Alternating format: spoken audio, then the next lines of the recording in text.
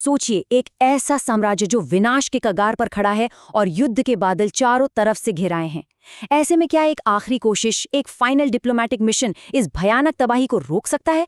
चलिए आज इसी कहानी में थोड़ा और गहराई से उतरते हैं। देखिए, एक तरफ तो कृष्ण शांति का संदेश लेकर जाने की तैयारी कर रहे हैं, लेकिन दूसरी तरफ द्रौपदी हैं जिनकी आंखों में भरी सभा में हुए अपमान की आग जल रही है। उनका तो साफ कहना था कि अब बातचीत का वक्त खत्म हो चुका है। क्षत्रियों के लिए अपना हक वापस लेने का अब एक ही रास्ता है, और वो है युद्ध। लेकिन कृष्ण की नजर सिर्फ इस युद्ध पर नहीं थी, वो तो आने वाले कई युगों को देख रहे थे। उन्होंने द्रौपदी को समझाया कि इतिहास पांडवों को कैसे याद रखेगा, ये इस बात पर तय होगा कि क्या उन्होंने आखिरी पल तक शांति का रास्ता तलाशा। ये सिर्फ एक राज्य जीतने की लड़ाई नहीं थी, ये तो सवाल था धर्म की स्थापना का। तो बस, कृष्ण शांति का वो आखिरी प्रस्ताव लेकर हस्तिनापुर पहुंचते हैं।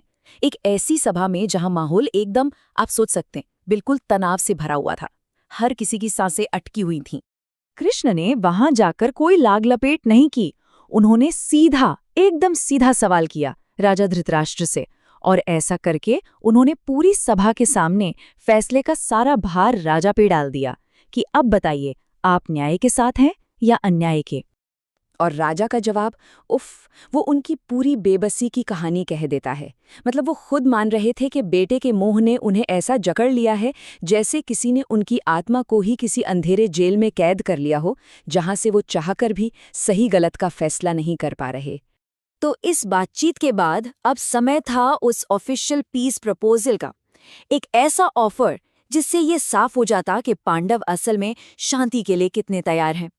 देखिए, प्रस्ताव कितना सीधा और कितना रीजनेबल था। पहला ऑप्शन, पांडवों का जो हक है, उनका राज्य इंद्रप्रस्थ, वो उन्हें वापस दे दीजिए। और अगर ये मुमकिन नहीं तो दूसरा ऑप्शन ये था कि ठीक है, 5 भाइयों के लिए सिर्फ 5 गांव ही दे दीजिए। मतलब सोचिए, कहाँ पूरा राज्य और कहाँ सिर्फ 5 गांव। इससे साफ था कि पांडव किसी भी कीमत पर शांति चाहते थे। और बस यहीं पर कहानी एक ऐसा मोड़ लेती है जहां से वापसी के सारे रास्ते बंद हो जाते हैं, क्योंकि दुर्योधन ने इस इतने उदार प्रस्ताव का जो जवाब दिया ना, वो सिर्फ एक जवाब नहीं था, वो घमंड की इंतहा थी। दुर्योधन के सिर्फ इन कुछ शब्दों ने आने वाले पूरे इतिहास को बदल कर रख दिया। सुई की नोक के बराबर भी जमीन नहीं दूंगा, बस ये एक लाइन, और शांति की जो भी थोड़ी बहुत उम्मीद बची थी वो वहीं पर दम तोड़ गई। लेकिन रुकिए, बात सिर्फ जमीन मना करने तक नहीं रही। दुर्योधन ने तो सारी हदें पार कर दी। उसने शांति दूत बनकर आए कृष्ण को ही बंदी बनाने का हुक्म दे डाला। ये तो मतलब डिप्लोमेसी का सबसे बड़ा अपमान था। ये सीधी सीधी जंग की घोषणा थी। तो बस द डाई वॉज कास्ट, पासा फेंका जा चुका था। वापसी के सारे दरवाजे बंद। अब दोनों तरफ से तैयारियां शुरू हो गईं, उस महायुद्ध की जिसे अब दुनिया की कोई ताकत नहीं रोक सकती थी। अब माहौल ऐसा बन गया कि पूरे भारतवर्ष के राजाओं को साइड्स चुननी पड़ रही थीं, या तो कौरव या पांडव। और इसी बीच शकुनी ने अपना खेल खेला। उसने एक ऐसी कुटिल चाल चली कि पांडवों के अपने सगे मामा राजा शल्य, उन्हें भी धोखे से कौरवों की तरफ कर लिया। लेकिन कहानी का सबसे बड़ा मोड़ तो अब आना था। दुर्योधन और अर्जुन दोनों पहुंच गए कृष्ण के पास मदद मांगने।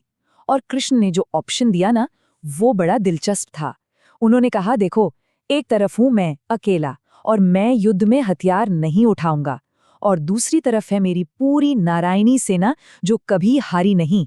अर्जुन को मिला पहला मौका और उसने 1 सेकंड भी नहीं सोचा। उसने चुन लिया निहत्थे कृष्ण को। अब ये देखकर दुर्योधन तो बहुत खुश हुआ। उसे लगा कि अरे वाह, मैंने तो पूरी की पूरी सेना ले ली, बाजी मेरे हाथ में है। पर असल में इसी एक चुनाव ने दोनों की किस्मत लिख दी थी। कौरवों की तरफ जो लोग लड़ रहे थे ना, उनकी वफादारी भी बड़ी उलझी हुई थी। सबसे बड़ा उदाहरण है सेनापति भीष्म। वो अपनी शपथ की वजह से सिंहासन से तो बंधे थे, लेकिन दिल से पांडवों को चाहते थे। तो उन्होंने एक अजीब सी शर्त रखी। कहा कि ठीक है, मैं पांडवों को तो नहीं मारूंगा, लेकिन रोज उनकी सेना के 10,000 सैनिकों का संहार जरूर करूंगा। चलिए अब बात करते हैं कहानी के एक ऐसे किरदार की जिसके बिना ये कहानी अधूरी है। कर्ण, एक महान योद्धा, पर उतना ही ट्रेजिक।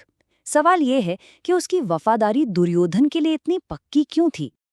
देखिए, कर्ण की कहानी ना असल में अपमान और सम्मान की कहानी है।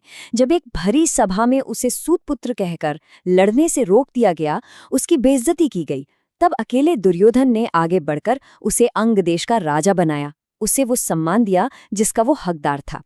बस दुर्योधन के इसी एक काम ने कर्ण को हमेशा के लिए उसका वफादार बना दिया। और यही फर्क था भीष्म और कर्ण में। भीष्म की वफादारी शर्तों में बंधी थी, लेकिन कर्ण की वफादारी अनकंडीशनल थी। वो उस एक सम्मान पर टिकी थी जो उसे दुर्योधन से मिला था, जब पूरी दुनिया उसके खिलाफ थी। और आखिर में ये पूरी कहानी हमें एक बहुत बड़े सवाल के सामने लाकर खड़ा कर देती है कि जब घमंड, जब अहंकार शांति के हर दरवाजे को बंद कर दे, जब डिप्लोमेसी पूरी तरह फेल हो जाए, तो क्या वाकई युद्ध के अलावा कोई और रास्ता बचता है? ये एक ऐसा सवाल है जो तब भी उतना ही जरूरी था और शायद आज भी है।